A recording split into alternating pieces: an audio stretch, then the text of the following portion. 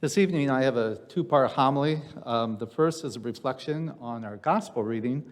And the second, I was so impressed with that opening reading from Isaiah, I kind of refashioned it into a prayer. And so I'll get into that in just a moment. As I was researching for this particular homily, I ran across a short story that I thought you might be interested in.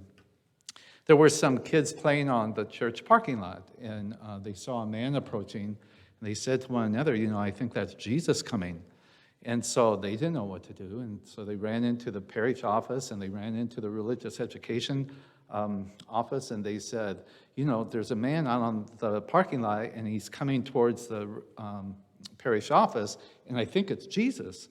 And so the director for religious education looks out the window and sees the man walking and stuff. And she says, wow, I think that's Jesus too. So her and the other kids went down to the secretary's office and says, the kids saw a man walking towards him and they think it's Jesus. And I looked outside and I think that's Jesus too.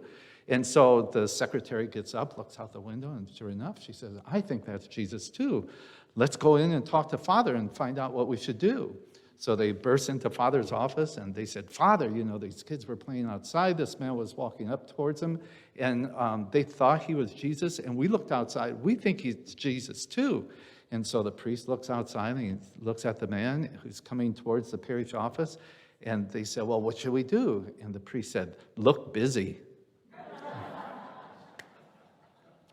So what would you do if you saw Jesus walking up your sidewalk and coming towards your front door? Would you act busy as well? Hopefully, you heard John talk earlier. If we really are missionary disciples, then we probably aren't going to change anything that we're doing because we are doing what Jesus called us to do. I have a confession to make. As I was growing up in western Iowa and in the 50s and the 60s, and as I was going to parochial school, if you would have asked me, am I a Christian, I would have likely have told you, no, I'm a Catholic. And so, as I was thinking about it, if they would have asked me a little bit deeper, well, why do you say that? And I would say, well, I go to Mass and I don't eat meat on Friday, and I do this and I do that. It would be all these things, but on that list would not be, I have a relationship with Jesus Christ. I mean, what my understanding of being a Catholic was to just follow rules. And so it took me a long time, in fact, only in the last 20, 25 years, that I really came to understand how important it is to have a relationship with Jesus. Not so much that I didn't have some type of a relationship before that time, because I wasn't one of those people who, after I graduated from high school and went to college, I didn't go to Mass or anything else. I always went to Mass. I always tried to do those things that Catholics were supposed to do, but it seemed like I kind of came towards my relationship with Jesus from the side, not head on. And that, of course, is what we're supposed to be doing as Christians. We are supposed to be intentionally developing our relationship with Jesus. I mean, as I was younger, and I would expect many of you are the same way, if somebody said, do you have a personal relationship with Jesus, we would know that was coming from an evangelical, not from a fellow Catholic. And so one of the things that I was really kind of saddened about that story. I mean, the opening story was kind of funny, but how many of us really kind of saw what that was like? If Jesus was coming, what should we be doing? We should be busy doing things and doing superficial things to make Jesus think that we're doing something that is worthwhile. But that's not something that is relatively new. You can go back to the Old Testament, and one of the things that you read a number of places in there is where God is talking to his people, and he says, I don't wish for holocausts and burnt offerings, but rather a change of heart. So it's not the things that we do, It's our internal, it's our love for Jesus, it's our love for God that is most important to us. And so, as I was looking at our first reading, at our gospel reading today, then one of the things that I was thinking is probably 90% plus of you who just heard that particular reading thought, that's a very judgmental reading. It doesn't call the person a master, but he's the person of the house. And he's going someplace that his servants are going to be left in charge. And he kind of says, watch, be watching. I may be coming back, and you need to be awake when I come back. And so, it doesn't say so, but you certainly get the impression that if the person comes back and the person is sleeping, there's going to be very harsh judgment on that particular person. So I would expect that's how most of you read that. But if you are really a missionary disciple, another way of reading that particular passage is kind of the flip-flop of the prodigal son. So in this case, it's the father who's leaving the house on a journey to someplace. And he's leaving in charge of the household his children. He knows their talents. And so he assigns them those duties to take care of those assignments while he's gone.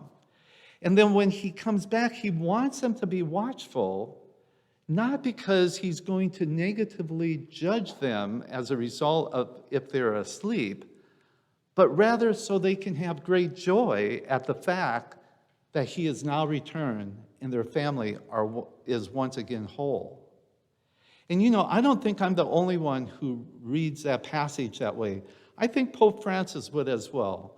This is what he says: "The joy of the gospel fills the hearts and lives of all who encounter Jesus. Those who accept his offer of salvation are set free from sin, sorrow, inner emptiness, and loneliness. With Christ, joy is constantly born anew." So if you look at that particular passage from that, and you understand that God isn't a judging God, which is how I was brought up, but rather God is a loving God. He's happy when you're doing things that you're supposed to be doing because he gave you those talents to do those. And to be watchful for his return, which should be a very joyful time for us, not a time that we're worried about judgment. And so for the refashioning of that first reading, which last Monday when I started doing my research on my homily, then when I read that, I just thought those were so beautiful words, very tender words. So I share this prayer with you.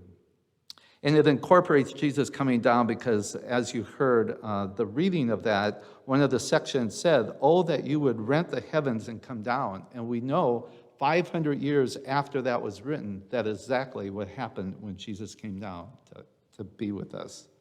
So you, Lord, are our Father. You, Lord, are our Redeemer.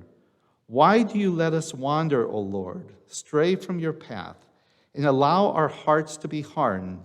And sadly, many of us don't even care that we have wandered from you. Help us to understand the importance, no, not the importance, but the essence you are to our very being. You have opened the heavens and come down. Your Son, Jesus Christ, who we are preparing to receive this Christmas, come down to live with us, to model for us how we should live our lives.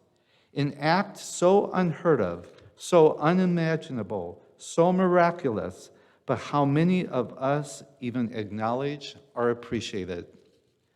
If only we understood that no ear had ever imagined hearing of such greatness, and no eye had ever seen, could ever see anything as glorious as what you have done for us, and the wonders that await us, if only we believe in you and trust in you.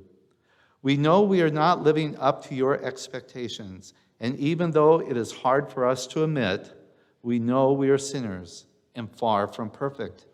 Even many of our good deeds are not motivated by pure altruistic desires, but rather for either outward appearance or internal reward. We can imagine that you see us as worthless beings, hardly worth the effort of saving, and yet, O Lord, you do not abandon us. Help us to acknowledge you as our Creator. We are the clay, you are the potter. You have lovingly created us. You have molded us from the earth.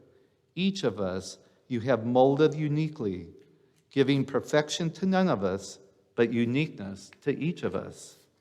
We are flawed, but you love us all the same, because we are the work of your hands.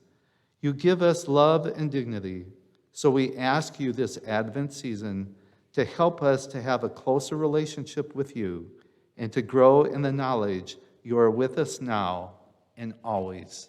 Amen.